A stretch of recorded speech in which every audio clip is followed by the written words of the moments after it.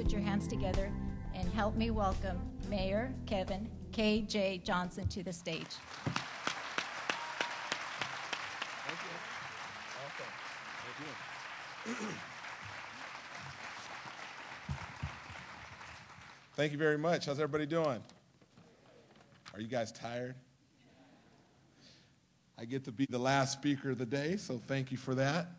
And it's always incredibly great to be back in Arizona. There's no place like it. Raise your hand if you are from Arizona. All right, great. Raise your hand if you've lived in Arizona for longer than 10 years. Okay, raise your hand if you've been in Arizona for 5 years or less. A couple hands. Great. So I get the honor of being able to speak for a moment. I want to thank Claudia for the great introduction. I know Mayor Barrett was trying to be here. I want to thank him for his commitment. Certainly all the folks who have put on this event, the city manager and sponsors, and you've heard from tons of panelists over the course of the day, and then the PACE Planning Committee. So I think we should give the PACE Planning Committee a quick round of applause.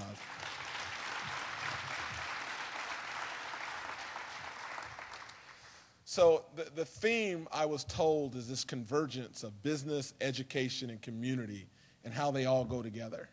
And I think in my brief remarks today, I'll be able to connect a little bit about my personal story, and hopefully it will be something that will make some sense to you folks. And then when I get done speaking, then I'm hoping that we can open it up to a Q&A. If you guys have any questions on this topic or any other, I'll be glad to address it. I'm going to get this out of the way. I am working on resolving the lockout as we, just so you know. So if I have to leave the stage to take a call with Commissioner Stern or Derek Fisher to get those two parties to share a little more, then I hope you won't mind on that. So let me start with this question. You know, the seeds. If seeds are sown early in young people's lives, does it have an impact when it comes to service and volunteerism? So for me, it was my grandfather. I grew up in Sacramento, California, and my father passed away when I was 3 years old, and my grandfather stepped right in. And there's two stories that illustrate the relationship that I have with my grandfather, but I think more so for this audience, in how seeds being sowed at a young age will grow into something even if you don't want them to grow. So the first story is this. My grandfather, we had some property just outside of Sacramento, and it was about an hour and a half away. And my grandfather was one of those people that he would always pull over to help somebody if they were on the side of the road. It wouldn't matter what it was. And as a kid, when you're 5, 6, 7 years old, you're impatient. You don't want to help people you don't know. You want to go play Little League or soccer or football or basketball or whatever it happens to be, anything but pulling over on the side of the road. And it wouldn't matter if we were going from our house to the supermarket. If somebody had a flat tire, he would pull over. So this one time, I thought I could outsmart him.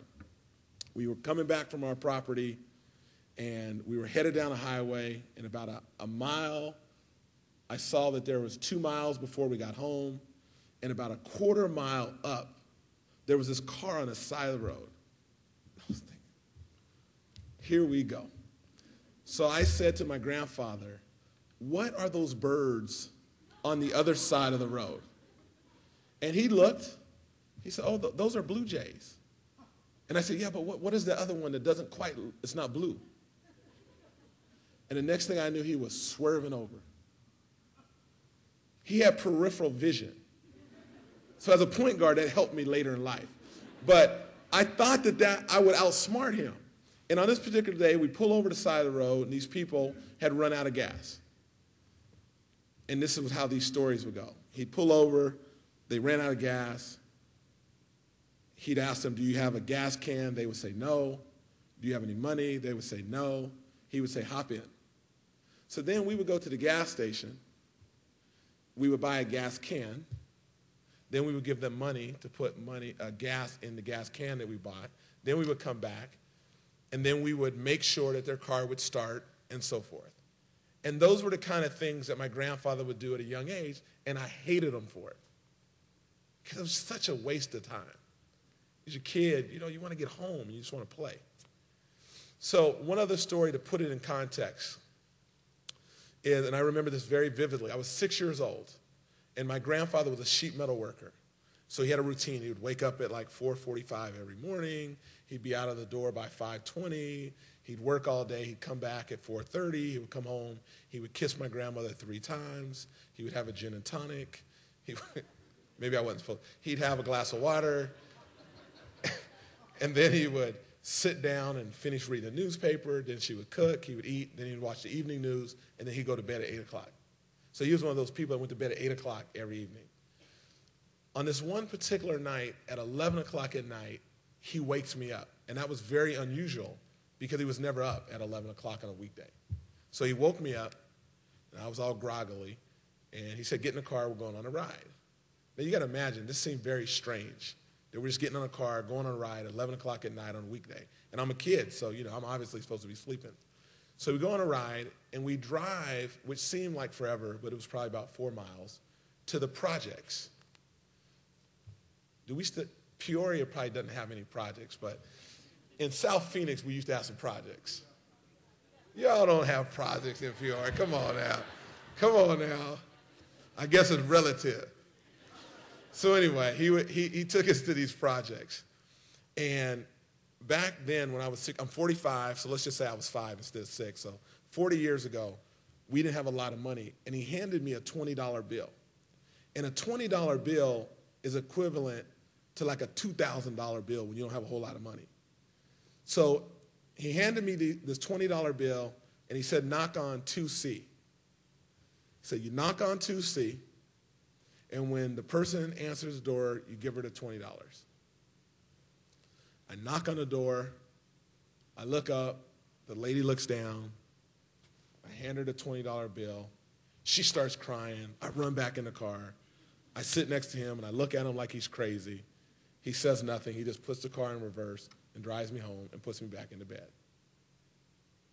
So I wake up in the morning, and I was like, I had this crazy dream that my grandfather woke me up at 11 o'clock at night, and we went and were giving our money away to people we don't know and strangers. And anyway, I forgot about it and went to school. A couple years later, on some random moment, I tell this to my grandmother, like 3 years later. I said, I had this weird dream like 3 years ago that Grant woke me up, blah, blah, blah. She said, that wasn't a dream, that really happened. I said, yeah, but we gave away like a $2,000 bill to somebody we didn't know. She said, no, let me tell you the story.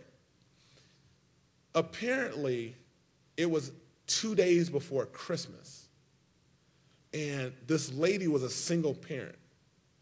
And a couple days prior to that, her normal house that she lived in had been robbed and ransacked and then burned. So she was temporarily housed in these projects. And she had 4 or 5 kids, so all their Christmas presents had been burned and vanished. And back then, the news, like when you do a news broadcast, they could tell the audience the address of where those people live, where today you can't quite do that to the same degree. So my grandmother woke my grandfather up, my grandfather wakes me up, and then we go help these total strangers. So that's what I grew up, that spirit, those seeds. So the point of that is that being a good neighbor is when you do it when it's not convenient, when it's not comfortable, and when it's somebody you don't know. It's easy for us to do things when we give away our little bit of extra. It's easy when we help out our friends. It's easy when we say we're signing up to do something on a certain day. Those are still good things to do. But the next level is when you do it when it's not convenient and when it's somebody you don't know. So that was the spirit of my grandfather. And that's why this notion of service and civic engagement has been something that has guided my life, even when I was here in Arizona and certainly beyond. And the last thing I'll say about my grandfather, that he would always go vote. And he would go vote, and for me as a kid, I wanted to be just like him, and they would put a little sticker on that, like I voted today, or a button or whatever it was that we got back. And I wanted to be one of those kids that could vote and get a sticker just like my grandfather. That is not happening today to the degree that it should. And that's why what you're doing here in Peoria, around this community and region and statewide, is so important, because you're trying to figure out ways to get our normal people, everyday people, our young people, more engaged in the political process, and civically involved. And this whole, I wish I could have participated or heard all the speakers today, but I know they're right on point, and I get a chance to build on that. So the first thing I want to say is just my grandfather and this commitment as a young person. And what ended up happening when I was here in Phoenix, I ended up starting an organization called Saint Hope. And I'm not going to talk a whole lot about it except for to say that we run charter schools in Sacramento. And the high school that I graduated from and my mom graduated from and my grandfather graduated from was doing so poorly that the state of California was going to take over and run the school. And my nonprofit said we'd rather run it as a charter school. And we now run it as a charter school. But the point is, we changed the model of the school that had been around for 150 years. And the model of Sacramento High School now is service for others. And to me, that was a tribute to my grandfather. So every kid who goes to Sac High, they repeat this model of service to others. Raise your hand if you have kids that go to a private school. Be honest, please. Come on now. Okay, raise your hand if your kids go to public school.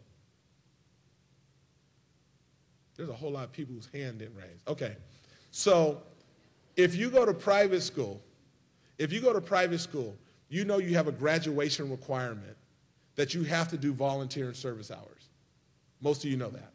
So at this high school, a public charter school, we created a graduation requirement that kids who graduate from this high school have to do 160 hours of volunteer and service hours, 40 hours a year.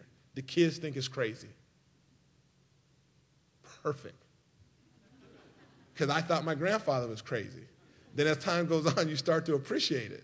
So I am so committed to service and volunteers that my nonprofit in the high school that we run has created that as a graduation requirement. Because if kids do it when they're young,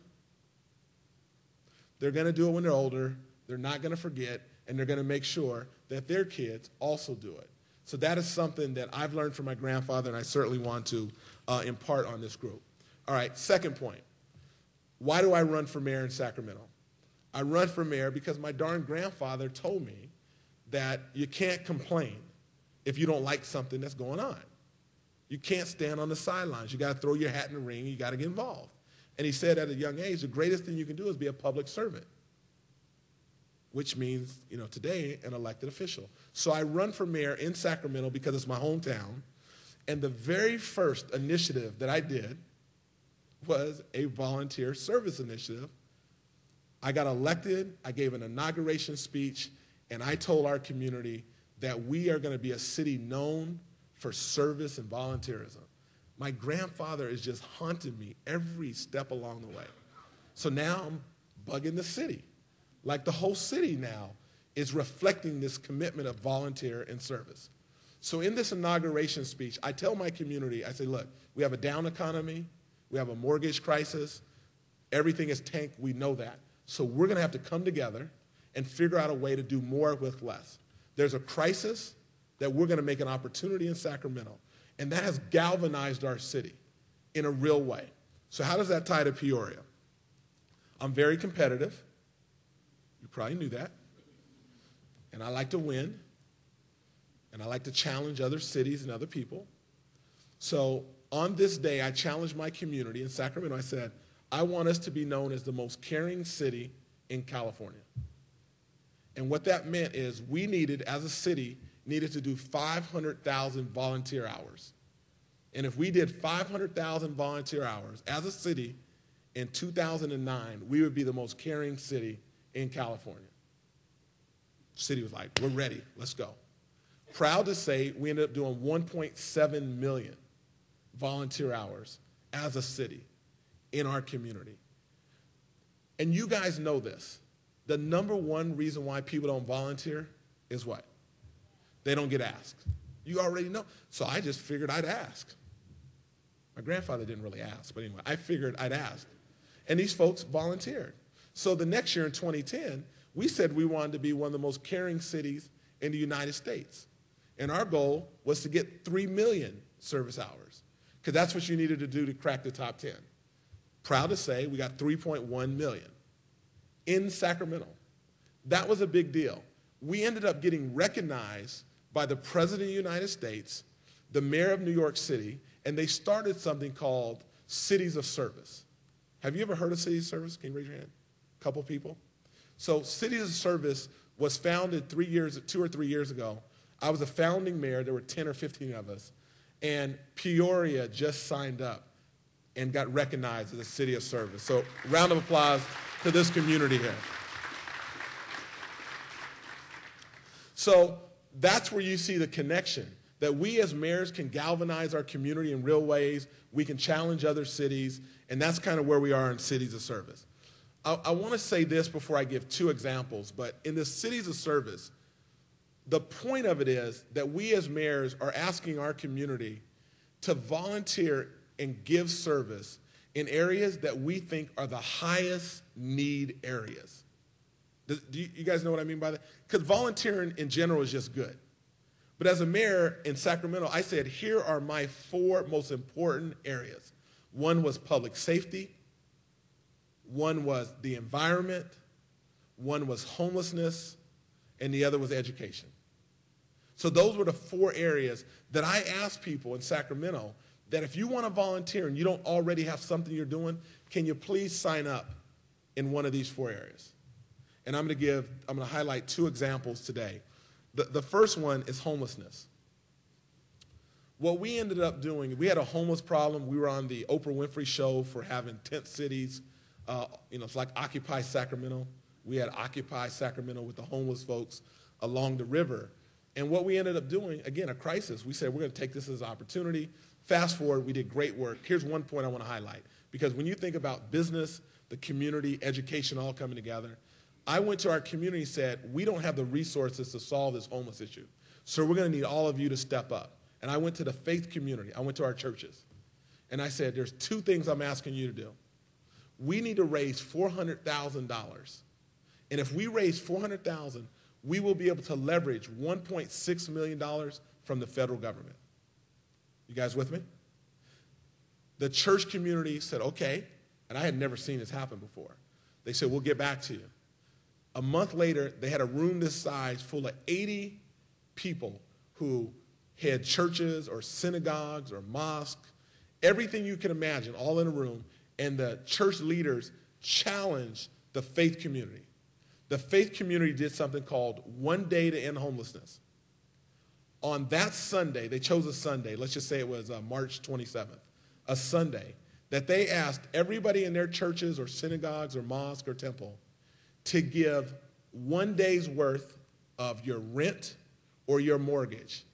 So if your mortgage is $1,000, you're giving 1 day's worth of that, $30 or whatever it happens to be, depending on what you can do. You guys with me? They raised $400,000.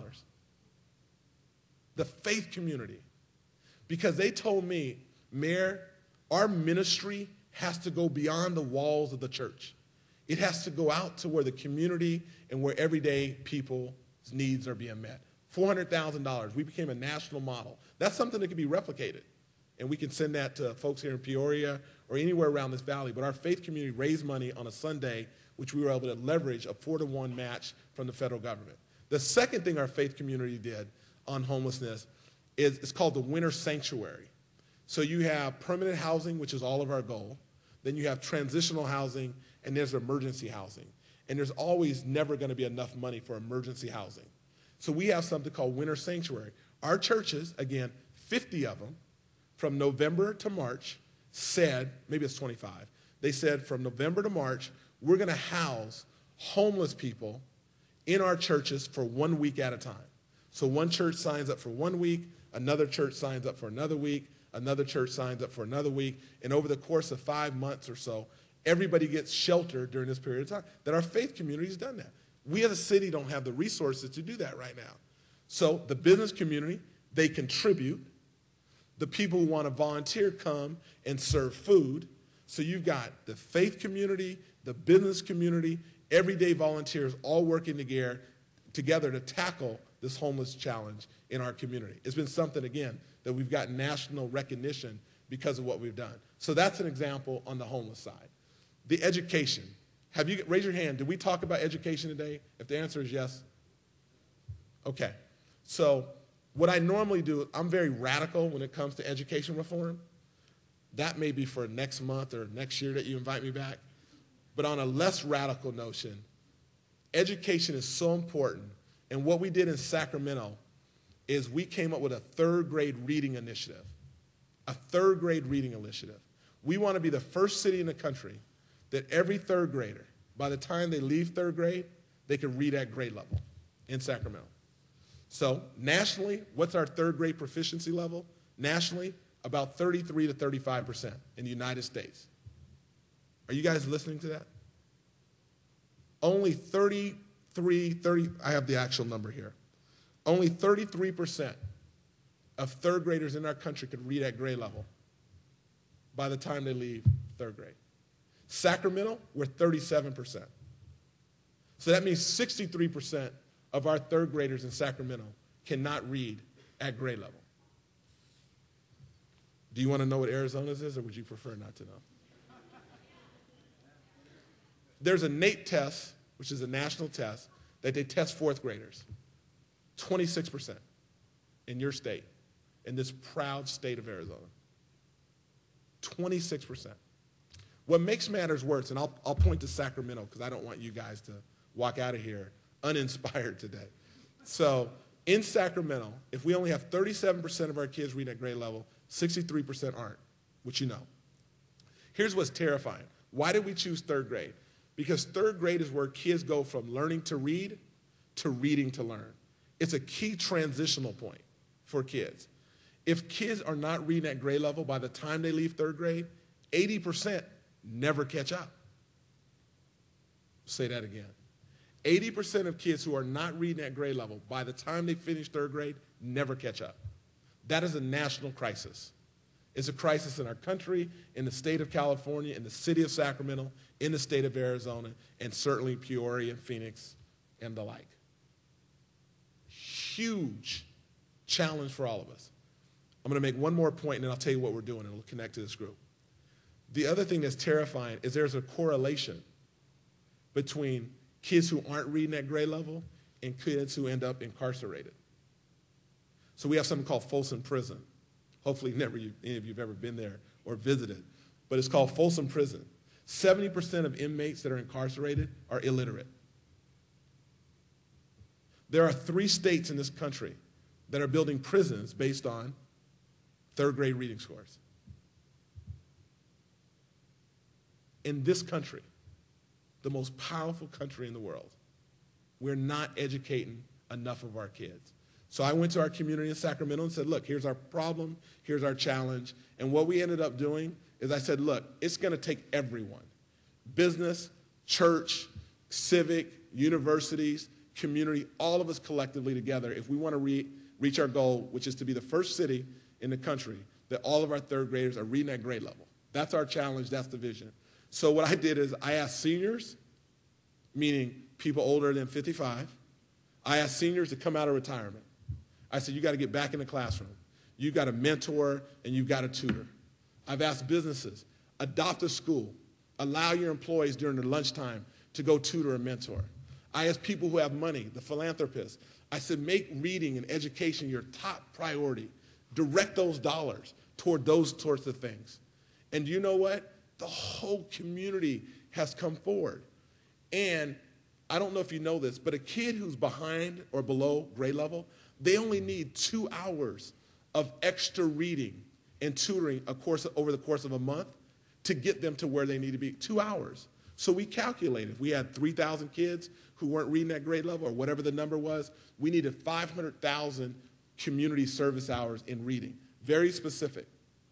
Our community stepped up and we're well on our way in doing that. So that was a call to action for my community. That we are committed to make sure that people go in the classroom. So the businesses are adopting schools, the seniors are coming out of retirement, we're working with AARP and Experience Corps.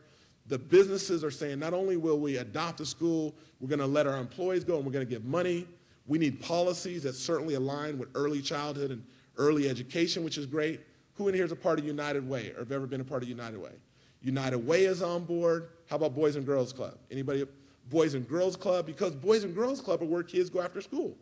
So what we're asking Boys and Girls Club, before you let them play, make sure we do a little tutoring and reading first, and then reward them. So this is the kind of alignment that we have going on in Sacramento, and there's no doubt that we're going to be on track to reach our goal. So that's the homeless issue, that's education. I'm going to tell you one other thing and then close out. This country is founded on a spirit of volunteerism and service. It goes back to my grandfather. There's nothing more American than voting and volunteering. Nothing more American. The first university, this guy named John Harvard, started the first university by donating 400 volumes of books to start the first university. The first fire department was a volunteer fire department. Started by who? Ben Franklin. 1770. Think about volunteer. You fast forward. 1930s, you have this Great Depression. FDR says we're going to start the Conservation Corps. The spirit of this country is when times are tough, is when we buck up and do even more. It is the spirit of every leader in this country. You go to the 60s, the turbulent 60s. JFK, the Peace Corps. You fast forward, George Bush, 1,000-point light. President Clinton, AmeriCorps. President Obama, I'm going to double the size of AmeriCorps. That's the spirit of this country. And that's why what you're doing here, and I want to thank Mrs. Corr so much for taking your leadership and saying, we want Arizona to be committed to civic and community engagement, and you guys are trying to find ways to get the business community, certainly the universities on board, us as elected officials, all of us need to do our part. That is the spirit of Arizona. It's what I saw when I lived here for 12 years, 12 of the greatest years of my life. Incredible. So as I close, I'm going to leave you with one story. Have you heard of John Wooden? Raise your hand if you've heard of John Wooden. All right, so that's about 60% of the people in the room. So those who have not heard of John Wooden, he was a basketball coach at UCLA and probably the most successful college or maybe coach of all time. He won more championships and more NCAAs than anybody probably will ever win. His name's John Wooden.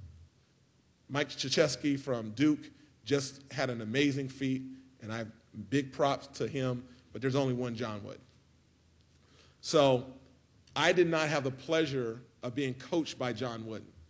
I went to Cal Berkeley, which was great. John Wooden had retired from UCLA, but he was a person I always wanted to meet. So when I got into the NBA, I was able to track him down and meet him, and this is kind of how the story goes. So when I met him, and I had met him 2 or 3 times at his house, he invited me over. This guy is the salt of the earth and an everyday person. He said, come on over, Kevin. I'm excited, and I get a car to drop me off, and I go to John Wooden's house. And his wife's name was Nellie, and they had been married like 50-some-odd years, and she passed away like 10 to 15 years before I met him. But in his house, just to tell you how the type of guy he was, he still had the bed they slept in, like made from when they were last in there together. And he would write her notes in her journal on a regular. So this guy's commitment was on a whole nother level, even to his wife, just to give you a little bit of kind of who he was. So I invite him in, and he was an English teacher, and he studied English before he became a basketball coach. And he loved poetry. And in his study, he had a study that just had like thousands of books. And we're talking for an hour or two at a time, and everyone goes to him for wisdom. And at the end of this 2 hours, I said, Coach, can you give me some words to live by? He said, let me tell you this poem first. No, I can't give you any words. And he starts reciting this poem. And he was probably about 90 at the time. He passed away last year at 99. So he was probably like 90, no, maybe a little. He's probably like 88 at the time. So he recites this poem. Any of you in here can recite a poem? So, okay, thank you. So I was one of those kids, I could recite a poem that was about this long, Know Thyself. Like that was the poem that I could do. This guy, at 88 years old, is reciting Henry Longfellow. It's not like one of them short stanzas. It's like these multiple. So he's off and running. He's like saying this poem, and I'm listening, and then all of a sudden he gets stuck. And I'm thinking, there is nothing that I could possibly do to help him remember the rest of this phone. I mean, there's just nothing I could do. So I try to change the subject, right? Because, you know, you feel bad. You're like 88 years old. So I try to change the subject. He said, no, we can keep talking. I'll remember it later. So about 5 minutes later, he said, oh, stop. And then he jumped in where he was and he finished the poem. Literally, I'm not making this up. 88 years old. So now it's time to leave, as I was saying. I said, Coach, give me some words to live by. He said, Kevin, I can't give you any words to live by. I said, I'm not leaving till you give me some words to live by. And he's looking around and at all his books, and he said, I can't give you any words. And I said, Coach, honestly, I'm not leaving. And I got my piece of paper out, my pen, and because he told those long, he knew those long, so I had to, if it was a long, advice, I was ready. So I'm like, he's like, Kevin, I can't give you any words. Coach, I'm not leaving. It's Jiminy Christmas. And they said, all right, I got it.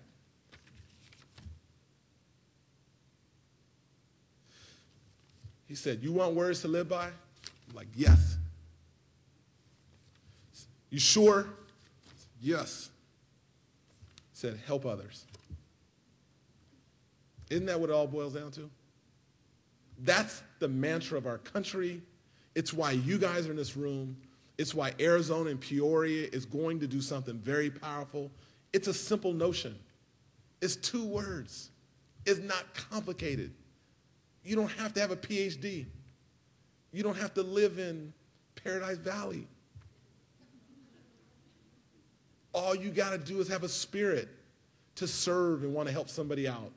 And to me, that's the greatness of what I think our country embodies and what you folks here are doing. So thank you very much. And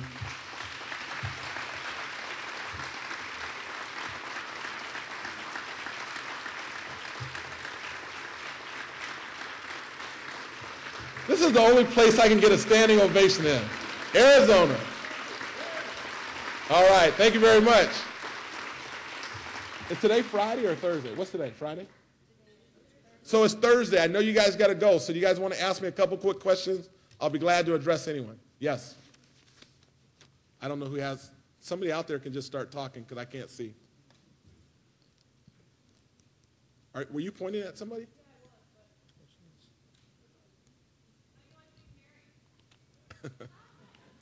I love being married. It's working for me. My wife said it took me long enough.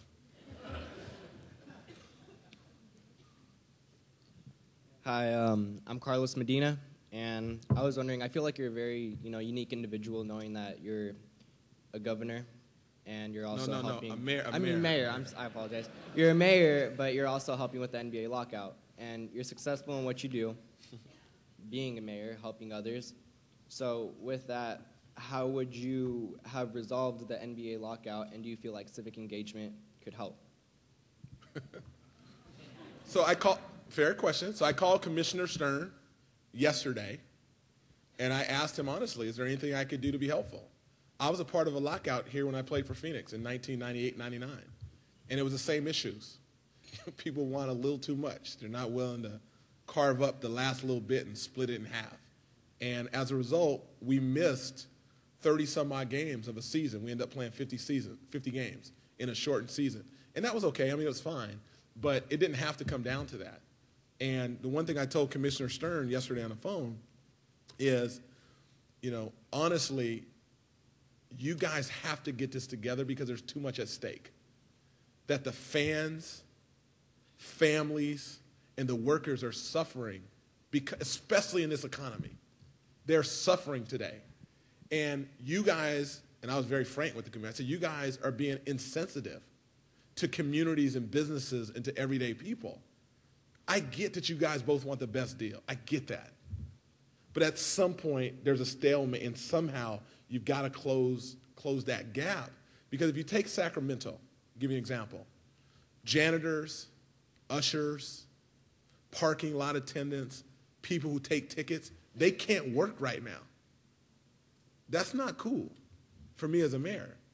And I don't want to go to folks and they're like, look, we could have our job if there wasn't so much tension or pride or greed between these two sides. So I have a vested interest to make sure that people, and to answer your question, I'm willing to volunteer and do anything that I can. I and 14 other mayors who have NBA cities in our communities, we sent a letter to the commissioner and the Players Association, and we talked about the impact that it has on our businesses and our community and our employees. And the hard thing is, when you piss fans off, it's hard to regain their loyalty overnight. It just doesn't happen. So the NBA was on such a good trajectory of doing well, and you had this era of Dr. J, and then you had Magic and Bird, and then you had Michael Jordan. You know, the era, these guys carried it, and this next group of young people, the Kobe's and LeBron, have done a great job of pushing it forward. But when you have these kind of work stoppages, it ticks the fans off because they don't understand why you're fighting over $1 million or $1 billion. It doesn't make sense. And as a result, they push away, and then ticket sales go down, and then the pot is a lot smaller. So I wish they could get it together, and if there's a way I could be helpful, I would. All right, 2 more questions. If not, we'll let you guys go. Kevin. Yes. First of all, thank you for your remarks, and I just want to emphasize that you didn't mention it and she didn't say it in your biography there, but you were also the winner of the Greater Sacramento Urban League's Whitney M. Young Jr. Award, and also the Greater Phoenix Urban League Whitney M. Young Jr. Award. So you've been doing service for a long time, and of course, you know, I appreciate you for that. Thank you, sir. This is Mr. Yeah, thank you. That's George Dean, who runs the Urban League in Phoenix. But the funny thing is, before Phoenix, he ran the Urban League in Sacramento. But wait, well, let me tell you who's following who. I came to Phoenix first. So then he followed me to Phoenix. It's so good he hadn't left yet. So keep up the good work. All right, yes. Thank you, Mr. Johnson. I'm not on. Oh, thank you, Mr. Johnson. I'm Vice Mayor of the City of Goodyear. Awesome. Welcome back to Arizona. Thank you. My question for you, first of all, love your stories about your grandpa. My mom always raised me as, oh, be the better person. You know, you always hate those things as a kid, but Absolutely. It does make you become the person you are. Question I have for you, I was very intrigued about your reading challenge for third graders. So tell me, in our city, for example, we have 6 different school districts. How did you, in your city, either overcome the district issue? Did you have control over your districts, or is that different that you have than I have here in Arizona? Thanks. And your title is assistant city manager or assistant mayor? What'd you say? I'm the vice mayor. Vice mayor. Is that okay? So are you elected? Yes. Okay. So at the beginning of my remarks, I said I'm real radical when it comes to education reform. That's a kind of a one topic that, you know, I'm very passionate about. But third grade is something that we all can do. Who doesn't agree that third graders should be able to read? I don't care if you're a Democrat or Republican. We all agree that kids should have a chance to experience the American dream, and certainly reading is not too much to ask. In Sacramento, we have 5 school districts too. So what I did, and what you can do or your mayor can do, is I convened the superintendents from those 5 school districts. And I said, why don't we come up with one goal that we can all do together? And I knew where I wanted to go, but I let them talk. You know, they threw it all out. We want to do this, and we want to do that. You know, we want more money, and, you know, I got it. So I let them finish. Then I said, okay, I'm going to go. Now, I don't know if you should, but this is what I did. I let them finish. I said, okay, let me think about it, and then I'll come back. Then we met a month or 2 later, and I said, what about third grade? You know, I knew what I wanted, so I got it out.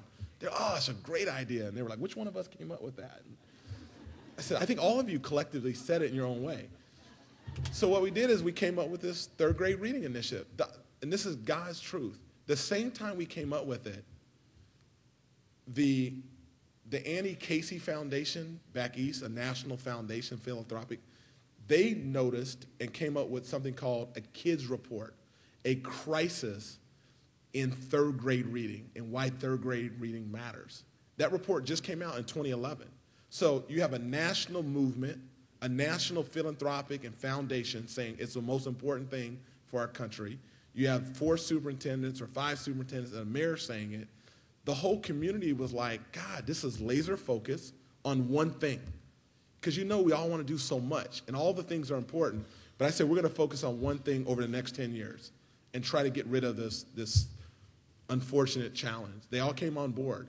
So then what they allowed me to do was organize it, which was perfect. Because I'm like, you guys are busy. And they said, yeah, we are. And I said, okay. So then I raised some money from the business community, and I told them what I wanted to do. So I raised, I think, $250,000 so I could hire 2 people. One made 100 and the other made 75, and then benefits and all that. So I could hire 2 people so they could facilitate this campaign and this initiative. And they put all the time and energy in, and they're the ones who created the volunteer dynamic.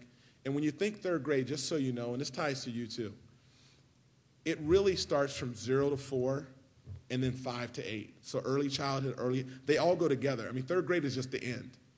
So you don't just only focus on third grade. You focus on 0 to 4. You focus on kids' school readiness, where kids come into kindergarten ready to learn.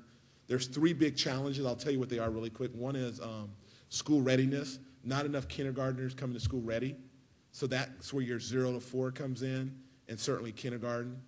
The second one is school attendance. Far too many kids, especially in underserved communities, they miss too much of school.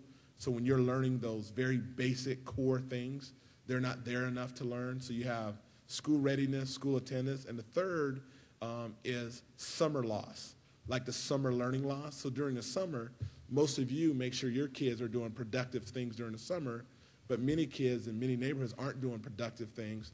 So the gap might be this much at the end of third grade, or at the end of second grade, but when they don't do anything during the summer, the gap grows and gets bigger and bigger. So those are kind of the 3 strategy areas. And if you're interested, you just email me. I will have my person that runs this initiative send you all the information. It's doable, and it's something that mayors around the country who don't want to be as radical as I do, which I'd be glad to talk about, but this is something that is not political. It's something that's bipartisan and everyone kind of agrees with. Yep, thank you. Yes, ma'am, go ahead. Let's do rapid fire. Just say it, I can hear it.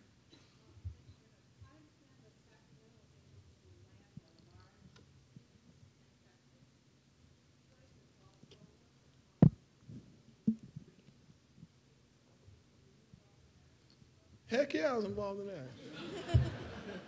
It only happened because Sacramento has a cool mayor. What do you mean? No, I'm just kidding, So it was a big deal. So Siemens is in the Sacramento area. And what's really cool for us, we're one of those cities that we're over-reliant on government jobs because we're the capital, and over-reliant on the real estate market.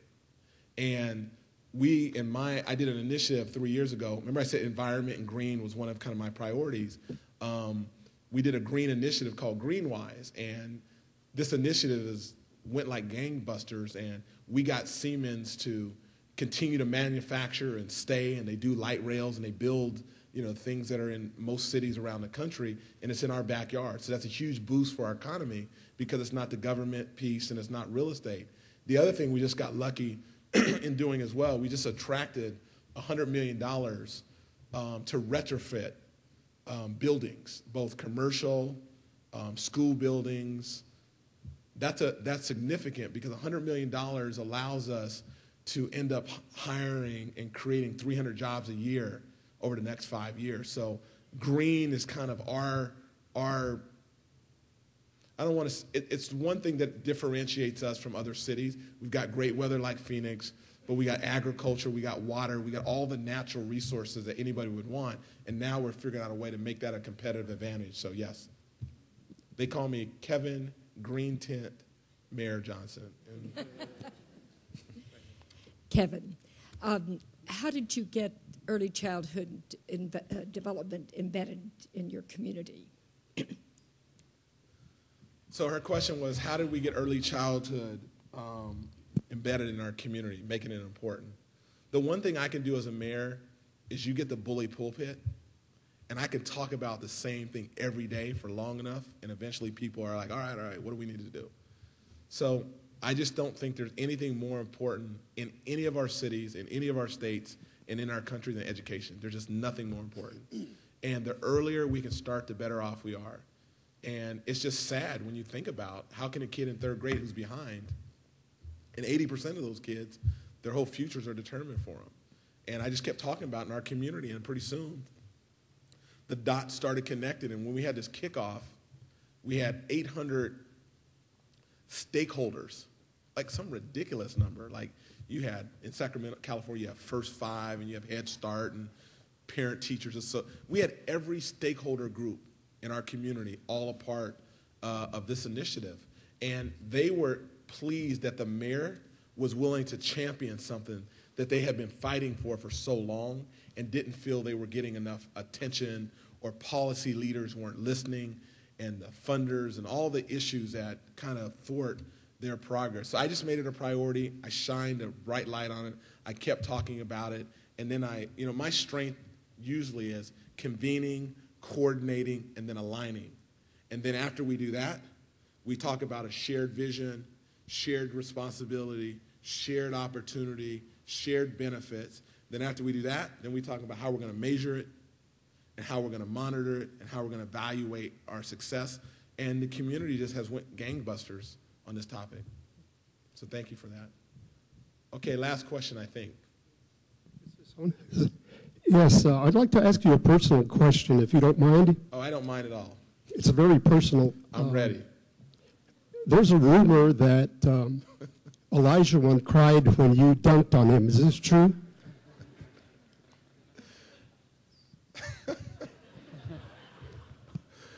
That's too funny.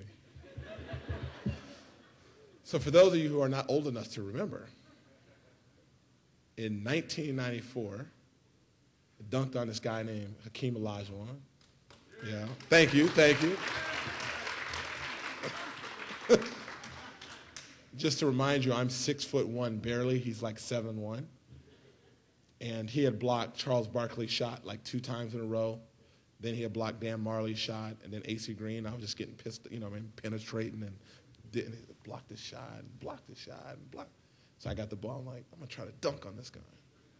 You don't know any better. You just say it. So I get the ball, and I had this guy named Kenny Smith. I think they call him Kenny the Jet. I just shook him, like they shook him out the way.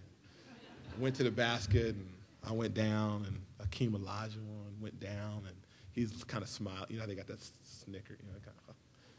So I go down, and we go up, and next thing you know, he's going down. I'm still going up. And, I was like, poof! So I dunk on him, all excited, and the crowd's going crazy. And at this point in time, I'm bouncing around. I'm on the other side of the court, right? And all of a sudden, I see this big shadow coming, literally. And I'm still, like, pumped up because he fouled me. So I'm getting ready to go to the free throw line. Once I finish, I wasn't celebrating. I was just excited. So next thing I know, this big guy is right here, and I'm thinking it's like Mark West, my teammate, and I look, and it's Hakeem. He said, "Little Mon, you got me, Little Mon. Little Mon, don't ever try it again, Little Mon, you got me." So that was the rumor. That's true. All right, hey, thank you very much.